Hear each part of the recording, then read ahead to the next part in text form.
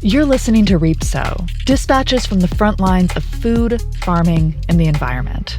I'm your host, Teresa Katsourelis. Fred Stone is a third-generation farmer in Maine, and he raised dairy cows there with his wife Laura for more than 40 years. But when their well water tested positive for PFAS, or forever chemicals, it jeopardized their family farm's survival and was just the beginning of a much larger crisis. Fern staff writer Bridget Hubert just published an excellent story on Maine's PFAS crisis. And our friends at the podcast What You're Eating recently took an in-depth look at Fred and Laura Stone's experience. I'll let their host, Jerusha Klemperer, take it from here. What do you know about a class of chemicals called PFAS? You can't see them and you can't smell them, but they're there, providing water resistance and grease-proof protection to burger wrappers and pizza boxes. But PFAS are used for lots more than transporting takeout. They're used by manufacturers in items ranging from raincoats to contact lenses to toilet paper. And the chemicals don't just stay in the products. When we dispose of them, they end up in our soil and in our water. And the fact that they don't break down has earned them the name forever chemicals. Today, we're headed to Maine to learn more about PFAS and how they've ended up in well water, on farms, in food, and ultimately in people's bodies. I'm Jerusha Klemperer, and this is What You're Eating, a project of foodprint.org. We aim to help you understand how your food gets to your plate and to see the full impact of the food system on animals, planet, and people.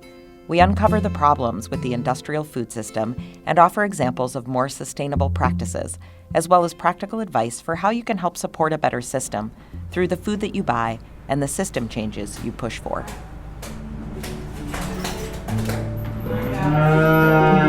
You can start at the beginning. What's your name, too? My name is Fred Stone. We are a three-generation dairy farm. My grandfather started milking cows here in 1914.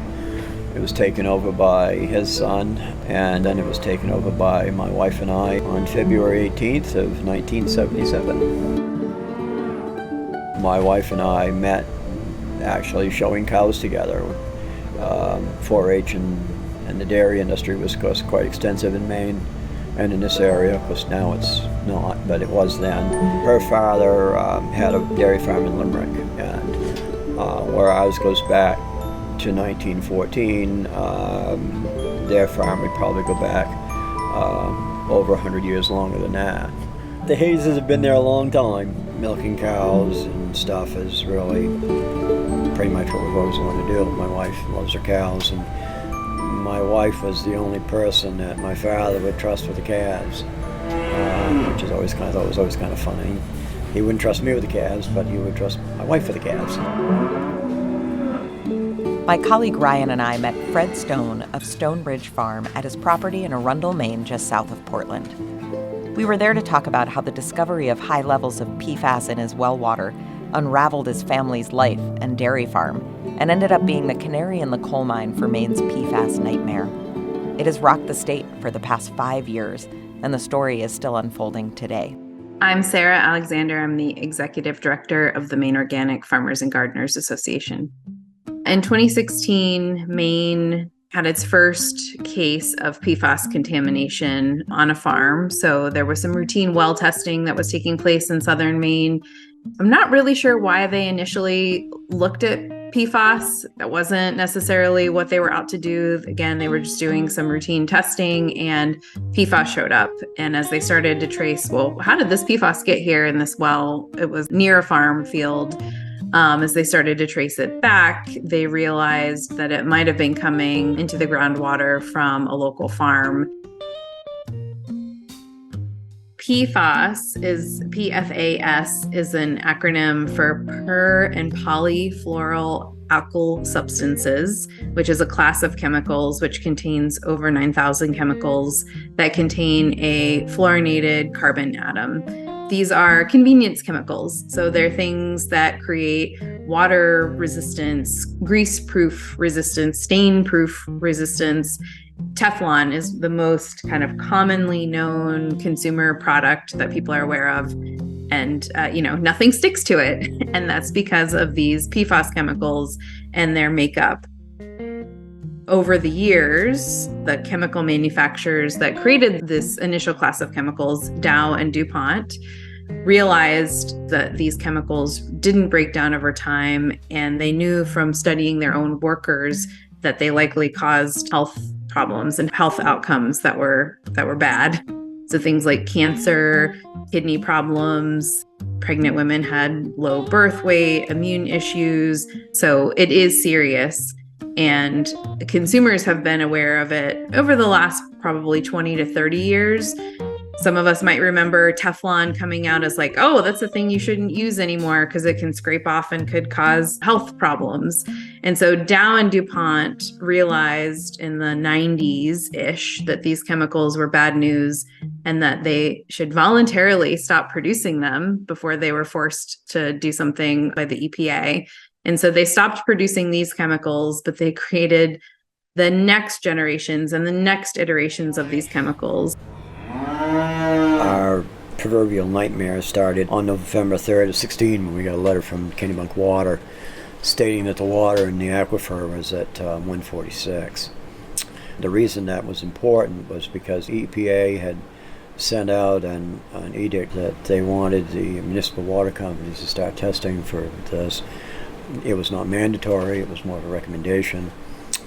And at that time, the EPA's recommended number was 70. So anything above 70, they wanted the water companies to notify their consumers of their stuff, that, what was going on. They then notified us on, like I said, on November 3rd.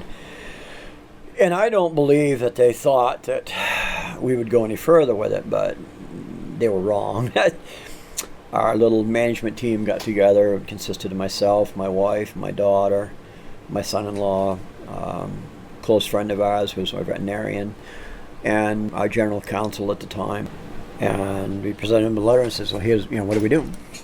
You have two choices. First choice is you say nothing because the state doesn't test for this, right?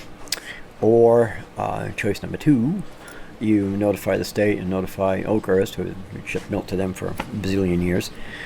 And that's what we did. And the state of Maine, immediately comes out and runs water samples because they pass, but again, they don't test for this.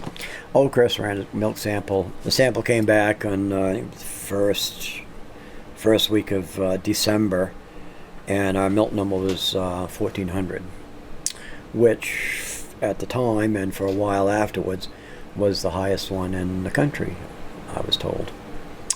So we like to be first around here for some odd reason. The unit on that milk number, 1,400, is parts per trillion. At a time when the limit set by Maine public health officials for milk with PFOS, a specific type of PFAS, was 210 parts per trillion. And that above that number, it should be considered adulterated and banned for sale. Anyway, we got suspended, and we had a meeting with the dairy, and our lender was a friend of the family's, but they are a lender for the farm. And we both all made the commitment that we were going to do whatever it took to try to straighten this mess out, because at that time we didn't know, we were shooting in the dark. We had no clue what was in play.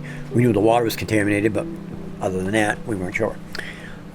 State of Maine, in their infinite wisdom, of course, didn't have a clue. And they... I had to laugh. It's not really funny, but they came out and said that they might want to exterminate the whole herd. And I said, that's a hell of an idea. I said, I think what we'll do is we'll take them down to the compost pile. I said, I'll put on my dress whites that I use in my show, and I'll stand in the front row and I'll take the first bullet and you shoot the rest.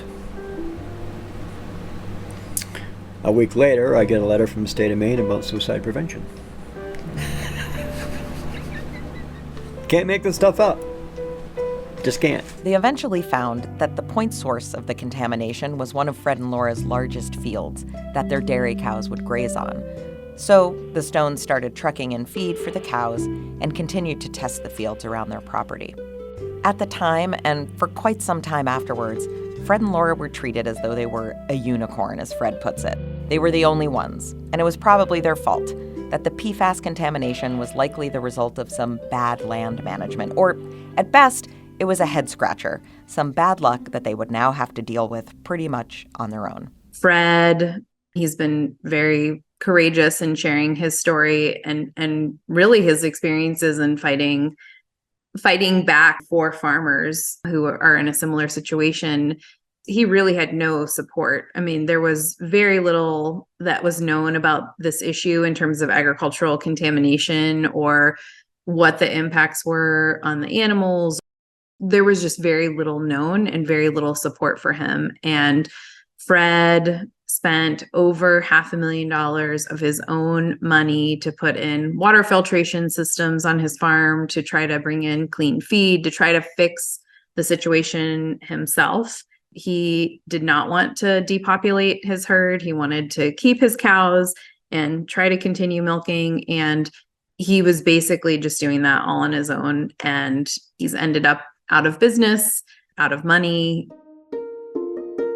As we started to look at the issue from an agricultural perspective, and as the state started to look at it, the state started to realize, oh, well, if this has a connection to sludge spreading, we've spread sludge in all parts of the state.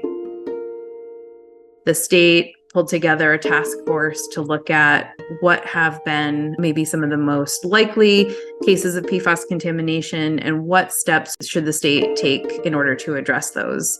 So we now have a map that the Department of Environmental Protection put together to outline all of the areas that have been issued licenses for spreading sludge previously. So, we have sewage. We got to deal with it. We have wastewater. And so there's what comes out of our homes and what goes into kind of like if you live in a really any mid-size or size town or city, it's going into a sewage treatment plant. If you live in a more rural area, you do it at home in a septic tank. But that track, of wastewater treatment, some of what happens is gravity, solid stuff, we'll call it, settles to the bottom, right? And then there's a fluid portion, and it doesn't magically go away. It doesn't disappear at the end of that treatment process. And so you have water coming out of there that hopefully has been very cleaned up. Sometimes what you're taking out of that water ends up in that solid portion, which doesn't magically disappear. We still have to deal with it. My name is Patty Lavera, and I work on federal, usually food and agriculture policy issues. I'm old. I've been around a long time. So I've seen different pieces of things that kind of are working their way into this PFAS story. This one hits food safety, agriculture, environmental, health. So there's all kind of like traditional stuff that we think about with sewage treatment. And that comes from the fact that, there's human waste in there, right? That could be fertilizer for plants that live in the water or in the lake or whatever. But there's also a lot of chemicals in wastewater, right? So we use chemicals in our homes, in, cleaning products, prescription drugs that come out of our body, stuff we dump down the drain. But, there might be a small factory that is also discharging into that wastewater system. There could be a hospital. There could be a photo finishing lab using chemicals. I mean, the array of chemicals in our lives is kind of hard to wrap your head around, but they can end up in that wastewater treatment system. And some things can be kind of neutralized or captured in a filter, but a lot of it can't. And a lot of it ends up in those solids. So what do you do with them? I mean, we use animal manure to fertilize plants. Can we use human waste to do it? That was the thinking. Is there a beneficial reuse? And to have that conversation, you just can't really spend a lot of time thinking about the other stuff that comes with it, the chemicals and metals. The sludge spreading dates back to the late 70s. And so there are not great records for everything. And the state has sort of caveated that this is what they're aware of. Just because it's on the map doesn't mean that there wasn't another area that was spread with sludge. And just because it's on the map doesn't mean it was spread with sludge, but it was where a permit was issued in order to spread sludge on that agricultural land at some point. And there are over 700 sites that are on the map that have been issued permits to spread sludge over the last 40 plus years. At the end of 2021, the Department of Environmental Protection published their map of all of the sites that had been issued licenses to spread sludge. And once they published that map, people started to realize, hey, I might be on or near a farm that spreads sludge, and they started to test by themselves. So even though the Department of Environmental Protection was going to start testing these sites, some people didn't want to wait because they were worried when they saw themselves on the map. A friend / customer of ours found the map before really it was getting reported on in the local media, and emailed it to us and said, "This is really scary. I hate to be the bearer of bad news, but your farm is on this map." My name is Adam Nordell, and I'm a campaign manager for the environmental health nonprofit Defend Our Health, which is based here in Maine. I'm also the co-owner of Songbird Farm, which was an organic vegetable and grain farm here in Unity, Maine. My wife and I started farming in 2010. We're in our 20s and full of enthusiasm for locally grown vegetables and farmers markets and CSAs. We both come through MOFGA's apprenticeship program and some of their other beginning farmer programs. My wife is from Maine and grew up coming to the Common Ground Country Fair here, which is a great celebration of local agriculture and rural living. My wife had close family friends who ran an organic farm that she spent a lot of time on as a kid. And both of our families kept gardens as kids, so we were interested in and a little bit connected to food production from a young age, but neither of us grew up in agriculture. And entering into local food production, we had a lot to learn. In 2014, we found a farm for sale here in the town of Unity. It was called at that point Green Earth Gardens and was run by a retired Colby College biology professor named Tim Christensen, who started a produce business in his retirement. He was certified organic and had recently received a terminal cancer diagnosis and needed to sell the property quickly so he could live with his children for his last few months. That was a very complicated entry into our property, but he was eager to see the farm stay on as a farm and find the next generation of stewards to take care of and love the place that he lived in for so long. So the fall of 2014, we moved in. We'd not been following the PFAS story in Maine, which at that point was centered around impacts of dairy operations, but nobody was talking about vegetables. So we'd heard murmurs about PFAS, didn't know what it was, but we got an email that I mentioned from a friend late fall of 2021 indicating that we might have an issue, and we got some soil science consultants out within a week to take samples on our property. They took a sample off of our well, which served as our drinking water supply and also our irrigation water supply. And they sampled our soil and some produce. The sampling process, the laboratory process, takes about a month. So we sat around waiting very nervously for that month. And then the end of December, we got our results back. And our contamination was quite high. Ultimately, that discovery resulted in our farm completely shutting down. The fields are fallow. We've stripped all of our high tunnels. We're not turning over any soil. Our business is dead. And my family is highly exposed to the chemicals. We've been drinking that water for 7 years. We've been breathing the dust. We were prepping a lot of land for grain production, especially. The summers are increasingly dry here, and as we plow and run the disc harrow back and forth, a lot of dust kicks up, and we were breathing that in. Some of our produce was impacted as well, and that was terrible, terrible, terrible information to get. We were a mission-driven farm. We signed up to provide fresh, clean produce to our community, to provide our community with a connection to a place and to sort of rebuild a sense of hope and stability and our little piece of the vision of sustainability that we all are trying to achieve. And without us realizing it, all of that was completely undermined by some terrible management decisions that were approved in the early 1990s to use sludge as a fertility source. The Department of Environmental Protection is required by the legislature after they put that map out to actually test all of those sites. And they put them into tiers based on the level of risk that they think each site may have. For example, the area surrounding Fairfield, Maine, has sludge that came from one particular wastewater district that was accepting paper waste from a paper mill, and they were coating their paper with PFAS. And the sludge that they were spreading was nearly 50% waste from this paper mill. They prioritized that as a tier 1 area to start looking at. And when you look on the map today, and I hope that people will go look at this map, but you can see the entire surrounding area. This is Fairfield. These are all the wells that have been tested, and the ones that are red dots are ones that are above the drinking water standard. In Maine right now, it's 20 parts per trillion, which the EPA has just come out with a guidance sharing that it's basically going to be non-detect. Like the amount of PFAS that should be in your drinking water should be so low that it's not currently detectable by the testing that is widely available. And so all of these households have their wells that have been contaminated, and that is largely through groundwater contamination from the sludge that was spread there.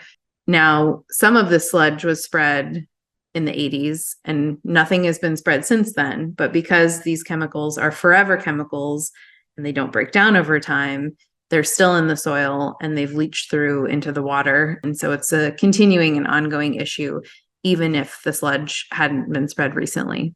So following our initial round of sampling, we reached out to Maine Department of Agriculture, Conservation and Forestry and Maine Department of Environmental Protection, who were, as sister agencies, are tasked with the investigation of farmland contamination.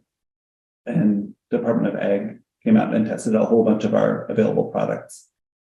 So we had some storage crops, sweet potatoes, squash, onions, garlic, and we had a bunch of grains on hand as well. So they tested those, and those were either all non-detect or basically non-detect, which is to say not impacted. There was clearly an issue of concern in some of our crops, like the leafy vegetables, and some of them looked clean. So initially that was like hopeful news to get. And this is fundamentally really good news for the PFAS crisis. You can produce safe products on even terribly contaminated land. My land is very, very contaminated. There's a range of contaminated soils across the state, and my farm is one of the hot spots. And even on that land, it's possible to produce clean food. That's really cool. It's really good news. It makes me love plants, that grain plants are able to do that. Some of our other crops were able to produce clean products. So initially, the vision was we have to pivot. We have to double down on our grains, which were a majority of our land base, but a minority of our income. Spinach has a higher profit margin than wheat flour does, even if you're selling in the local food economy. But there's something we could do. We could double down on our grains. We could focus on our other low-risk crops. We could farm responsibly, thinking about the health and well-being of our customers, not completely uproot our lifestyle and our business, and find a path forward, probably take on some off-farm work as well. And then we got our blood sampled, and our exposure level drove our decision-making from that point onward. That is not a safe place to be working. It's not an active farm on that land. Is not a safe environment for a child to be growing up in. You could produce safe food, but you could not produce food safely. Thank you. The health issues that my wife, myself, my son, and my daughter have are real. My blood level is 111. Yours should be 2 or 4 on the outside. My wife's is 91, and my son and my daughters are just under 50.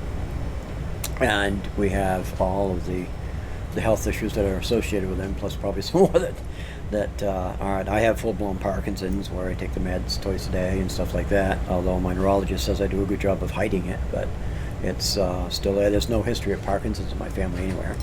My wife has onset type 2 diabetes, which is another one of those things that is into that. We both have thyroid issues. My son and my daughter both have thyroid issues, so I know that's part of the things. But there are other things too that issues are involved in. So the the health issues are real.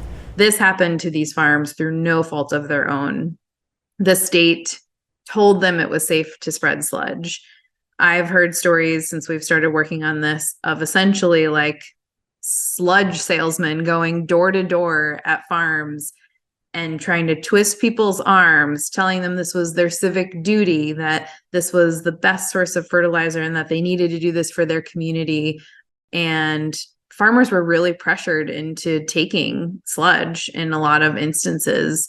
This wasn't something that they sought out. The Department of Environmental Protection, and I've seen the paperwork for permits that they've issued, it says right on the permit, like, this will not cause any water contamination. This will not cause any nuisances for your neighbors. This will not cause any contamination or issues for the soil.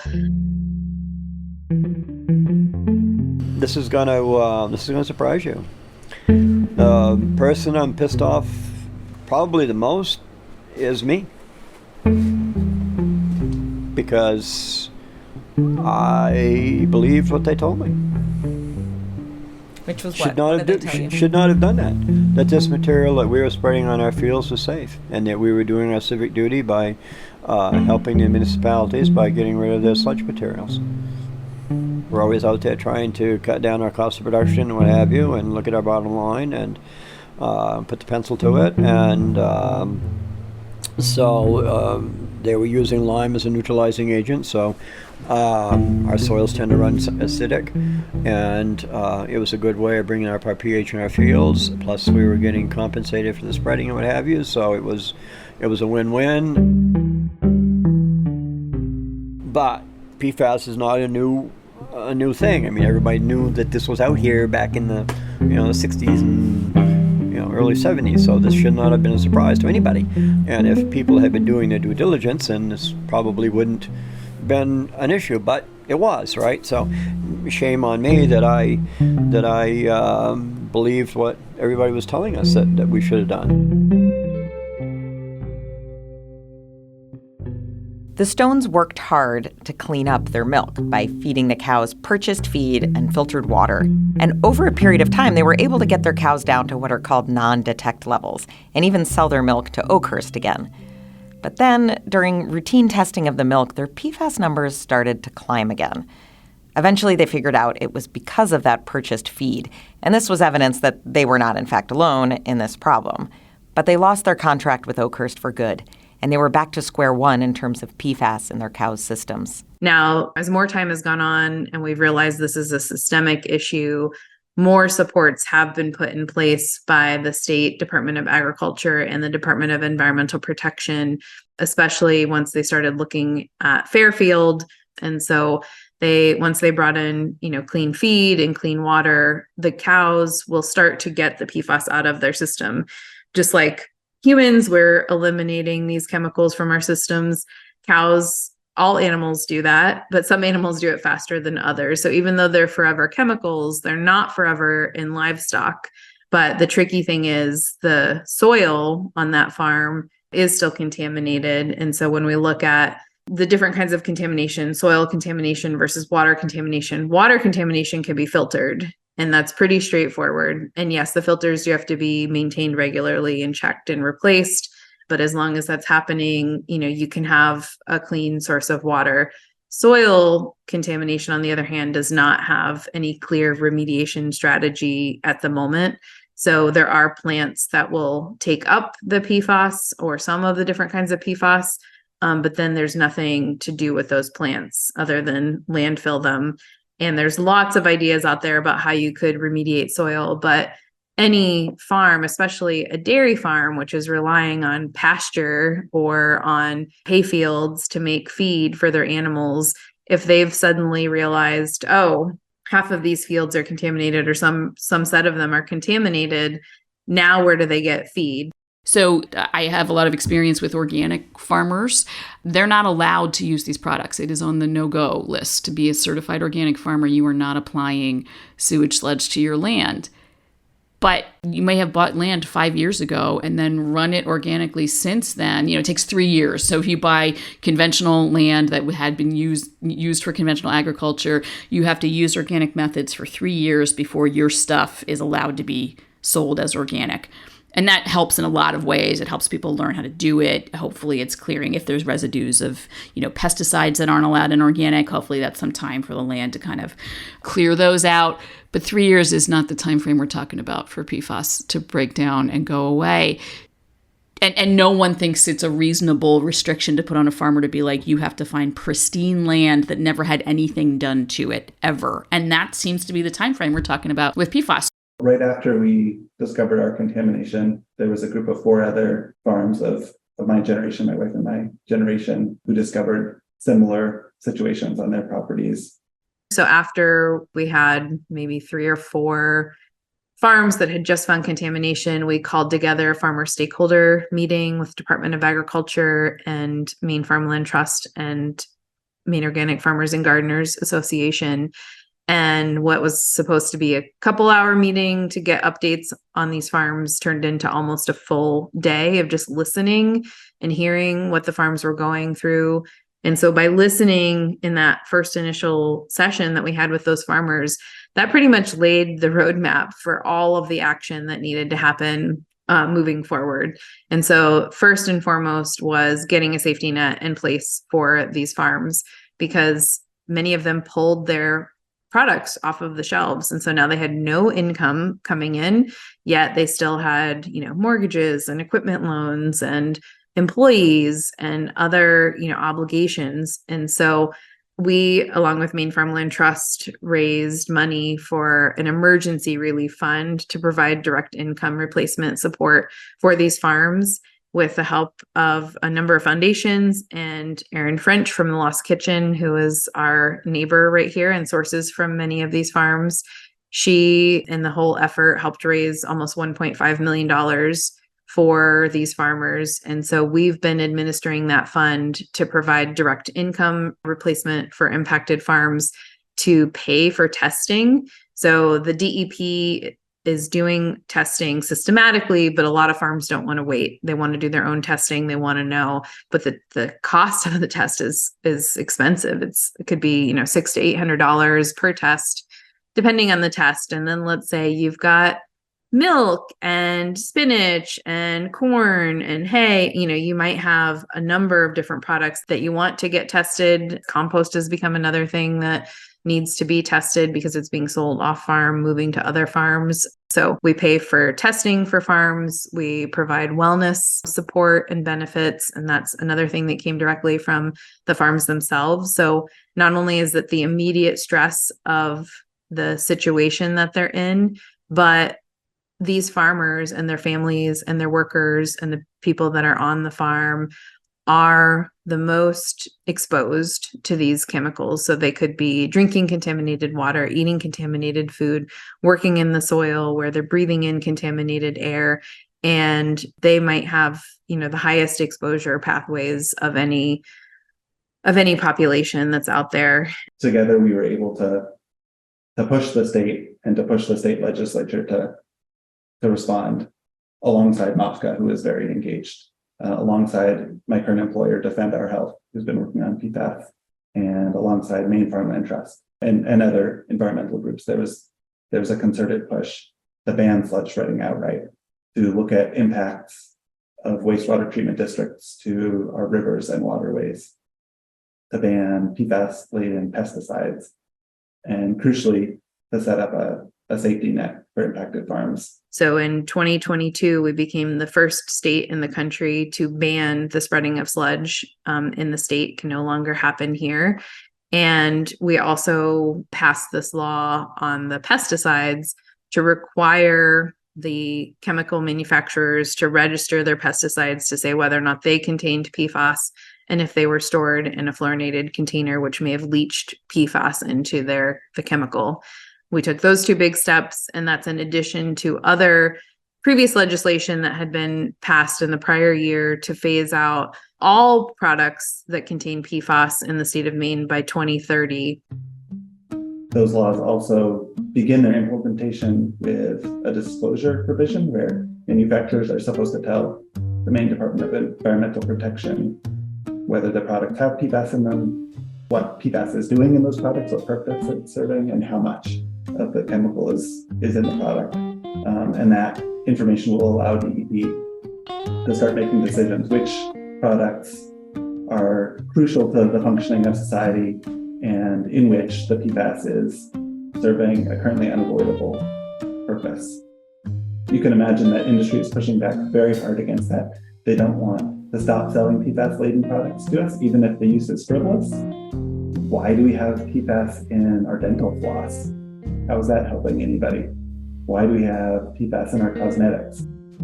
Until industry is forced to actually turn off the tap and stop creating these chemicals, stop putting them in our consumer products, and they're not going to do that willingly. We know that, and we're seeing really strong pushback here from the pesticide industry, just even around disclosing whether or not their products contain PFAS.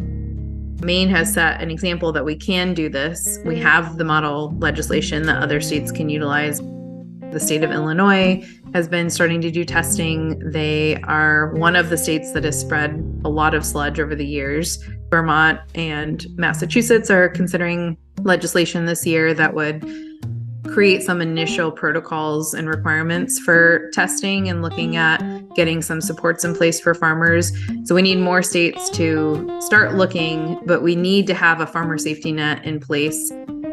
In Maine, we were very fortunate that the state stepped up last year through this bill that we put forward, really based on the farmer feedback, that put $60 million into a fund specifically for supporting farmers, impacted farmers. And we've now introduced a federal bill with the help of the Maine congressional delegation, modeled on that same Maine legislation we passed last year. We're hoping that it will be included in the Farm Bill. It's been introduced by Senator Collins and Representative Pingree, and they're currently looking for co-sponsors. So I encourage everybody to reach out to your members of Congress and ask them to support the Relief for Farmers Hit with PFAS Act, which would put a federal safety net in place so that farmers are not left holding the bag when contamination is found, because it will inevitably be found in other states. If you look for it, you will find it.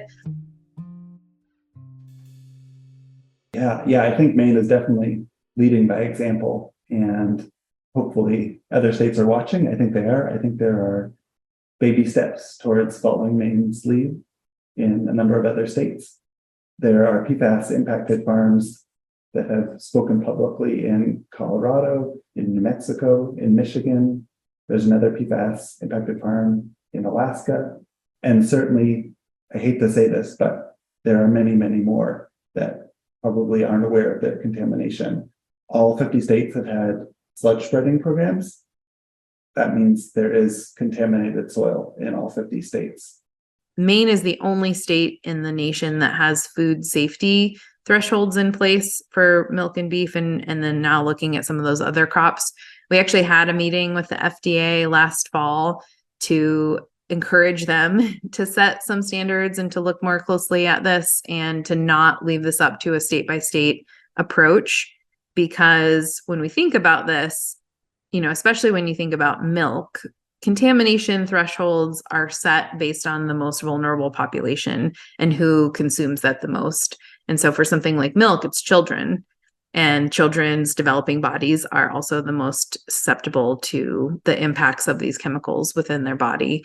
And so there really needs to be a federal threshold and safety standards for PFAS in our food system generally, but the FDA doesn't have a roadmap for action.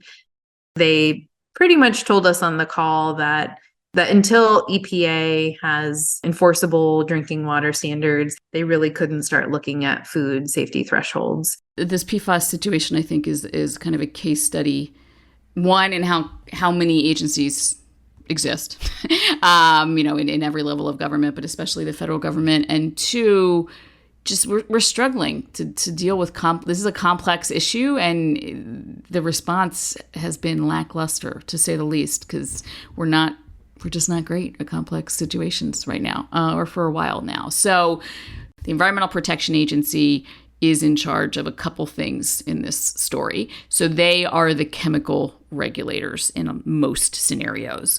So the fact that the many, many, many PFAS chemicals, in the PFAS family are allowed to be sold is largely an EPA decision. Often people point to Europe. They have not completely cracked the nut on this, but they're further along than we are, and at least are trying to tackle some of these core issues of should it be so easy to get a chemical on the market? Should there be a higher bar of prove safety first? as opposed to like, go ahead and sell it and then we'll see what happens, which is kind of how we do it. USDA, the U.S. Department of Agriculture, in charge of agriculture, 5 years ago, they would have been like, what? Even like 2 years ago, I was having conversations with people at USDA who were like, PFAS, what? Like, what are you talking about? Like, it was not on their radar. It is now. I will say that. We need them to step it up on the research front to understand, there's many different PFAS. I'm using that collectively, but, individual chemicals in that family, how do they behave in this kind of soil, that kind of soil, this kind of climate, a hot climate, a cold climate? Where do they end up? What are we going to do for farmers? What is the safety net? So some people are going to keep farming because economically they have to. So what do we do for them so that they do what is probably the responsible thing, which is to pause their farming operations? But not most folks can't afford to pause. So what are we going to do for them? Because if we don't do anything for them, if there is no safety net, they have no incentive to test and find out if they have PFAS. The rational response, if there's only bad things happen if you test, is not to test, right? That's a rational economic response. And then finally, the Food and Drug Administration, separate agency, they need to do more to tell us what are the safe levels to eat, because we are probably all eating some of this somehow in some food, and we don't know, we don't have safety parameters. So what about the people eating this food or drinking this milk? Do we need to worry about this? We spoke to Caleb Goosen, MOFGA's crop and conservation specialist, who used to spend his time giving advice to farmers and home gardeners on soil fertility, pest control, and disease management, but now, in just over a year, has had to become an expert on PFAS and how it moves through soils, waterways, and food. Your worst case scenario would be that your private well was contaminated. You worked in an industry that used a lot of these materials and had exposure that way. You chose every single stain-proof coating on everything you owned that you could find, and that you just happened to choose a lot of personal care products that had PFAS in them. And you bought all of your food from some specific farms that for some reason had high levels of contamination. And of course, nobody's likely to have all of that happening. But there are concerns about PFAS levels in dust in our houses, and that's coming from our clothing, from our rugs, our upholstery, anything that maybe has had a PFAS treatment. Particularly concerning for children because they tend to be down low where dust settles. They tend to have more hand-to-mouth behavior where they might be ingesting it, not just inhaling it. I think for the general public, food as a pathway, it's still, I think, something that we're all trying to figure out. Here in Maine, where we've had some specific instances of heavy contamination in specific locations, that would be rare on a nationwide scale. And, having a diverse diet from diverse sources would probably dilute that out for most people to be really, really hard to ever even notice relative to the background exposure that we're getting through these other products. And I don't know that this is settled, but there have been a lot of suggestions that the packaging that food is wrapped in, having PFAS coatings, may be allowing migration of those PFAS compounds into the food. And if that's occurring, that's likely occurring at a higher concentration than what would be in the food itself. So essentially, avoiding packaging that is grease-proof and waterproof would probably be the biggest thing, more so than trying to worry about where your food is, which foods you're eating and where it's coming from, other than what that packaging is. And of course, other than specific instances of localized higher contamination. But those are going to be hopefully rare cases, right? So like here in Maine, we've got a few dairies that are no longer producing milk. Now that we've started the investigation, we've already cleaned up the general food supply quite a bit. And so the state has already done its investigation of what they classified as tier 1 sites, which were the sites that received the most biosolids and sludge and were expected to be the highest risk for contaminating food supply. They're moving on through tier 2 sites, and they're hoping to get through to even start tier 3 sites. So when I've had folks from the general public ask me about, can I even eat food from Maine? And I sort of say, I'd probably rather eat food from Maine than from elsewhere, because we've started this investigation. We've already removed those most contaminated streams of food.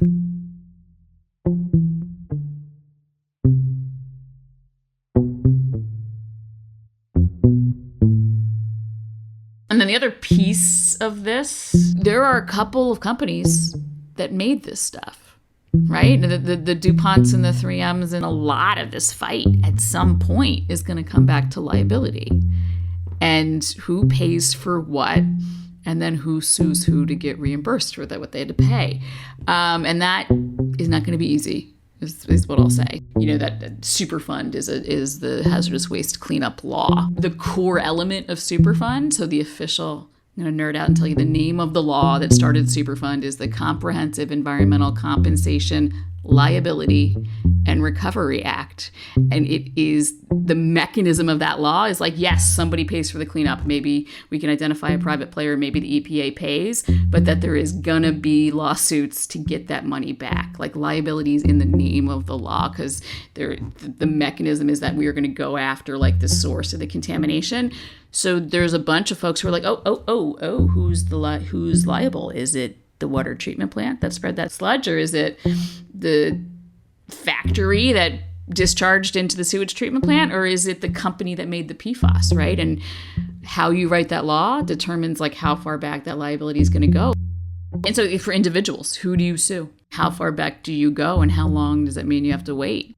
The folks, on these farms, they cannot wait 20 years for this stuff to work through the courts, and you could be talking about that. The question of accountability is such an important one. And while the path ahead isn't clear for farmers, local governments have begun to go after manufacturers for contaminating drinking water. And in June of 2023, DuPont, Corteva, Chemours, and 3M all settled suits to the tune of billions of dollars. That money's going into a fund for cities and counties across the country to test for and clean up PFAS in their water.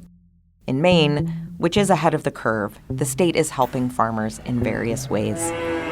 Right now, we're working with the state on cleaning up these guys that are out here. So the cows are all on purchase feed. The state's helping us with that. They're doing all the testing. The state's paying for that. They're doing blood testing and milk testing and what have you. The idea is to get the cows down to non-detect. Once that happens, then we'll have to decide the next step forward. If this was 5 or 6 years ago, it would have been easy. You could do the micro dairy thing and you make ice cream. We could do the farm to table with some of the large hotels down in the port and stuff. But it's not going to be Fred and Laura Stone doing it. That's why we've been working with Maine Farmland Trust to do some kind of a transition on that, on the cow side of it. We'll still continue to show cows and stuff because that's what we love to do. But as far as actually going out and doing that kind of stuff, no. It needs to be somebody, the younger generation. Fred and Laura Stone are just too beat up, banged up, bloodied up, bruised up. My wife and I have suffered,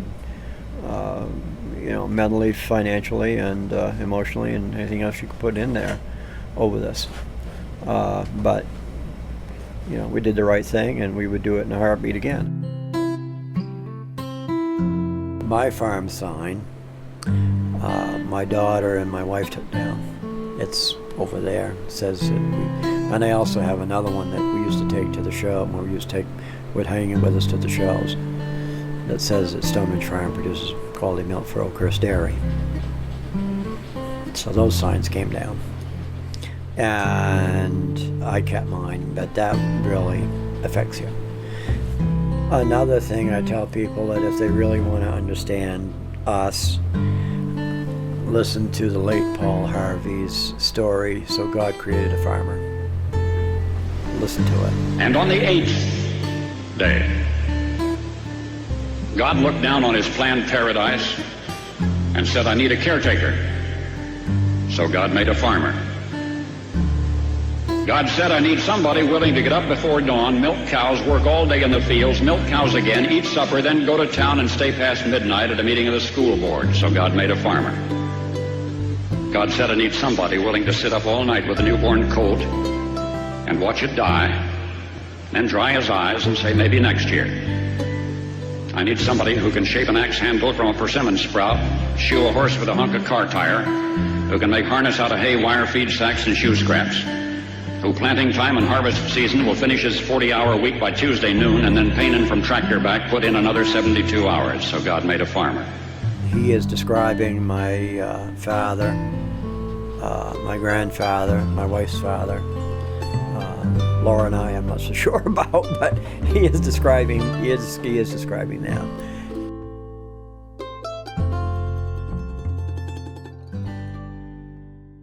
I actually have sympathy for folks who have to run sewage treatment plants. They have to have water come out that's clean and meets federal standards, and they got to do something with this other waste. So the conversation we actually have to be having, and quite frankly, we stink at having as a society, is why are these chemicals going into this place in the first place?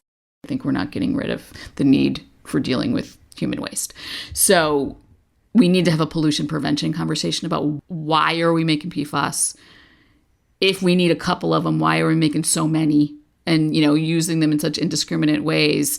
And can we stop that and turn off the tap on this pollution at the top end to make managing something like wastewater at least a little easier? One way to think about it is the web, the spider web. You cannot deal with the problems at the outer ring of the spider web. There's, water, yes, you could filter the water at great expense, but by the time you name all the places this stuff is to eliminate it, just go to the damn center of the web and stop producing it. Maine's crisis and the way the community there has managed it, testing, remediating, passing laws, raising money for farmers, doing research, and attempting to sound the alarm on a federal level, has provided a roadmap for the rest of the country. The question remains whether or not we're ready to listen and act. The only way I can cope with it is it is an opening to talk about systemic stuff. This is one you are not going to deal with. Chemical by chemical, town by town, or product by product. If ever there was a case study for the higher level, more holistic response. This seems like it's it. It's completely mind-boggling. I feel like I live in a different world than I did 18 months ago. I just kept thinking during your story that farming was such a risky proposition for anyone, and that I'm sure you did not go into this lightly. And as you imagined all of the possible ways that your farm could fail, that there would be a thing that you didn't even know what it was or that it even existed. All of my assumptions have been upended. All of the things that I thought were beautiful and sacred have been undermined. Yeah, it's a lot. It had to be somebody who'd plow deep and straight and not cut corners. Somebody to seed, weed, feed, breed, and rake and disc and plow and plant and tie the fleece and strain the milk. Somebody who'd bail a family together with the soft, strong bonds of sharing. Who would laugh and then sigh and then reply with smiling eyes when his son says that he wants to spend his life doing what Dad does. So God made a farmer.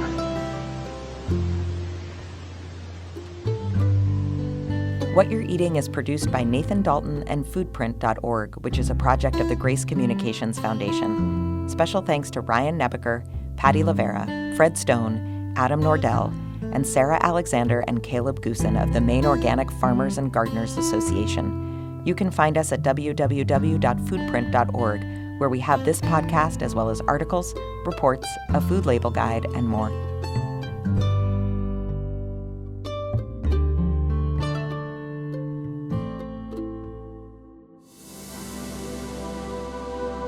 REAP-SO is a production of the Food and Environment Reporting Network. Our executive producers are Theodore Ross, Tom Laskaway, and Brent Cunningham. Our sound engineer is Lauren Newson. I'm your host, Teresa Katsourelis. Special thanks to What You're Eating for their work on this episode.